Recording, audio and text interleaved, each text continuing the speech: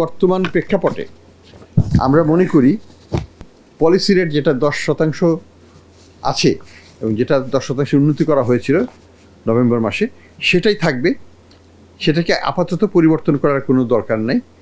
এর ফলে এসডিএফ এবং এসএলএফ যেটা আছে সেটা 8.5 এবং সেটা 11.5%ই অপরিবর্তিত থাকবে। আমাদের যে বর্তমান মনিটারি পলিসির স্ট্যান্স এটা এখনও অ্যাপ্রোপ্রিয়েট, দিস টাইটনেসটা একটু থাকবে, টাইটনেসটা আমরা চাইবো রাখতে এবং এটাই আমরা কন্টিনিউ করব। কতদিন? আমার ব্যক্তিগত মত হচ্ছে যে আমরা যদি ইনফ্লেশনকে আমরা সত্যি 7%-এর নিচে নামিয়ে আনতে পারি তখন আমরা পলিসি রেটকেও নামিয়ে আনব। সাধারণত সময়টা 6 মাসের থেকে 1 বছরের মধ্যেই ডিক্লাইনটা আমরা দেখতে পাই অন্যান্য দেশে, যেটা আমরা চার্ট দিয়ে দেখিয়েছি, এবং 12 থেকে 18 মাসের মধ্যে টার্গেটটা অ্যাচিভ করা সম্ভব হয় বাই অ্যান্ড লার্জ। কোনো কোনো দেশে ভ্যারি করে, বাট এটাই মোটামুটিভাবে ইন্টারন্যাশনাল এক্সপিরিয়েন্স।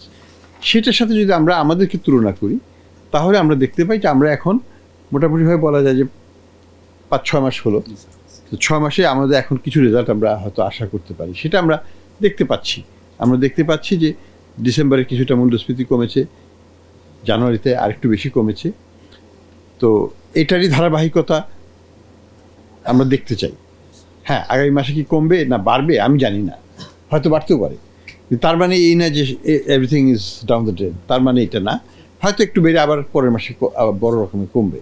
তো যাই হোক, আমাদের উদ্দেশ্য হচ্ছে যে স্টে স্টেডি, অর্থাৎ যেদিকে যাচ্ছি সেদিকে আমরা সঠিকভাবে শক্ত হাতে পাল তুলে রাখবো এবং সেই দিকেই যাব। এখন কথাটা হচ্ছে হোয়াট ইজ আমাদের আশাটা কি, আমাদের এক্সপেকটেশনটা কি? আমাদের এক্সপেকটেশন হচ্ছে যে আমরা চাই ইনফ্লেশনটা যেন জুন মাসের শেষে, অর্থাৎ জুন মাসের ডেটা যখন আসবে এটা যেন 7-8%-এর মধ্যে থাকে। এটা প্রথম থেকে আমি বলছি, এখনও সেটাই বলছি। আমার মনে করি যে আমাদের যে এক্সপেকটেশন সেটাতে কোনো বড় কোনো পরিবর্তন এখনও হয় নাই, সেটা এখনও ইনট্যাক্ট আছে। মূল্যস্ফীতিকে কমিয়ে আসার ব্যাপারে সবাই আমরা উদ্গ্রীব। আমরা জানি সবারই কষ্ট হচ্ছে, আমরা জানি যে মানুষ কষ্টের মধ্যে দিয়েই যাচ্ছে, কিন্তু আমরা তো প্রাইস লেভেলকে নামাতে পারবো না, কিন্তু আমরা মূল্যস্ফীতিকে কমাতে পারবো। আমরা মূল্যস্ফীতিকে সিঙ্গেল ডিজিটে অলরেডি নেমে এসছে।